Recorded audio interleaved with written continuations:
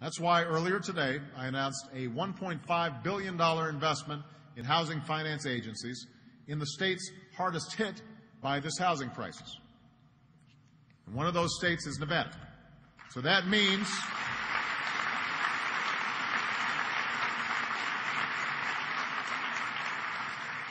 that here in Nevada, we're going to be able to help prevent some foreclosures that otherwise would have happened. It's going to allow lenders to help homeowners who are underwater. And it will help folks who've taken out a second mortgage modify their loans. So the goal is to target communities at the center of the crisis and to empower local agencies who know these communities best to structure and tailor their programs in ways that are most responsive. Now, these are very difficult times for our country, times that demand we put aside the stale debates and the tired arguments, times that demand of us something more. The fact is, the economic crisis of the past 2 years, indeed the growing economic insecurity of the middle class that's been going on for a decade, was born not just of failures in our economic system. These challenges were also born of failures in our political system. And while Harry has been fighting for us, too many folks in Washington have been putting off hard decisions.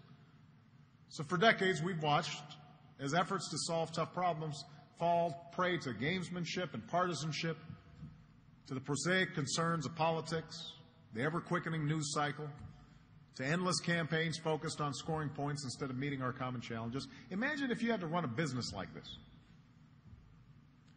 where the people who are in your office are constantly yelling at you, running ads against you, more interested in you failing than the company succeeding. That's what we've been seeing in Washington. And it's got to stop, because the challenges have been mounting all around us.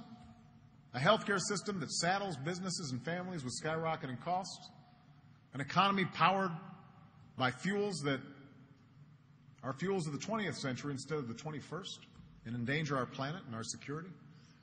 We've got an education system unsuited for a global era and a financial system that has been rewarding reckless risks. And we've got a structural deficit that threatens to leave our children a mountain of debt. So we've seen the consequences of this failure of responsibility, and the American people have paid a heavy price. The question we'll have to answer now is if we're going to learn from the past, or if even in the aftermath of disaster, we're going to repeat it. Because as the alarm bells fade and the din of Washington rises, the danger is we just forget what happened. And we start thinking we should go back to business as usual. That won't work. It will not work in this global economy, not in this environment. I said this during the State of the Union. I repeated it today in Henderson in my town hall. Other countries are not playing for second. They're playing for first.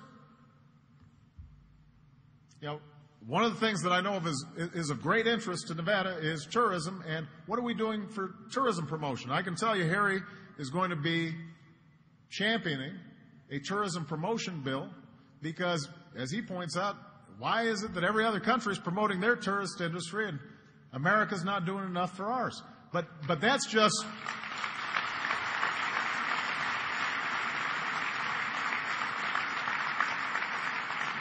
He's going to have strong support for that effort, but that's just one example of the competition that we're facing on everything. If China's producing 40 high-speed rail lines and we're producing one, we're not going to have the infrastructure of the future. If India or South Korea are producing more scientists and engineers than we are, we will not succeed. So I hope that all of us, Democrats, Republicans, public servants, and leaders in the business community, can keep alive a sense of seriousness, a sense of common purpose. That's how we can rise to this moment and transcend the failures of the past, tackle the challenges before us, and leave behind a nation that is more prosperous than ever before. But it is going to take work, and I am going to need all of you to be partners with Harry and partners with myself in moving it forward.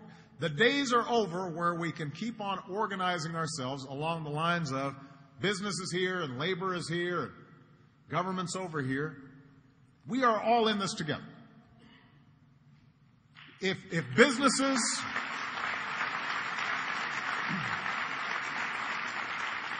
And nobody understands that more than Las Vegas.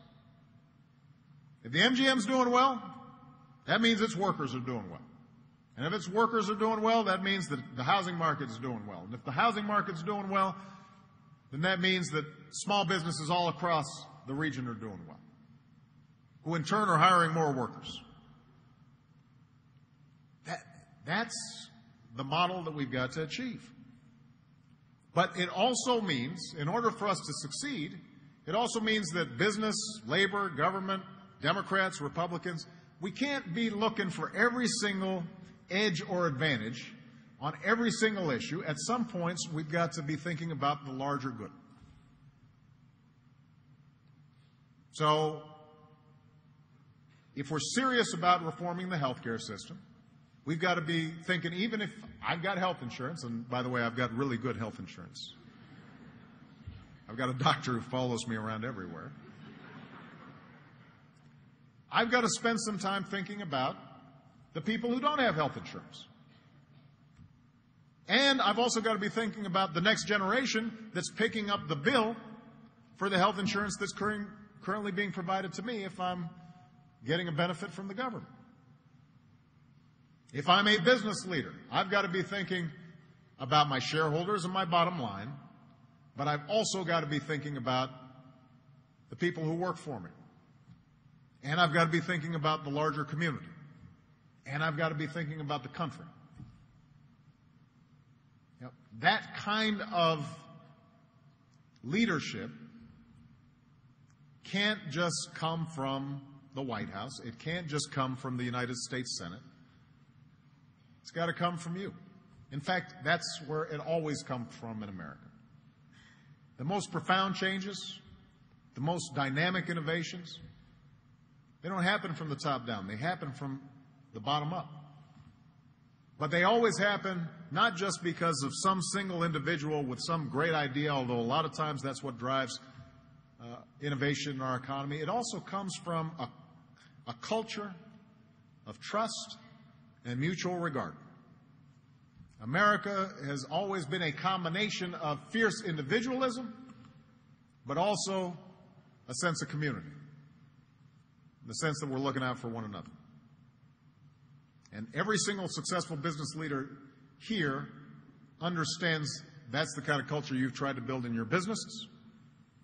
That's the kind of culture we have to reinvigorate all across America. I'm confident we can do so. I'm looking forward to coming back to Vegas. I think my mother-in-law is going to get here first. She comes quite frequently. I maybe shouldn't say that in front of the press.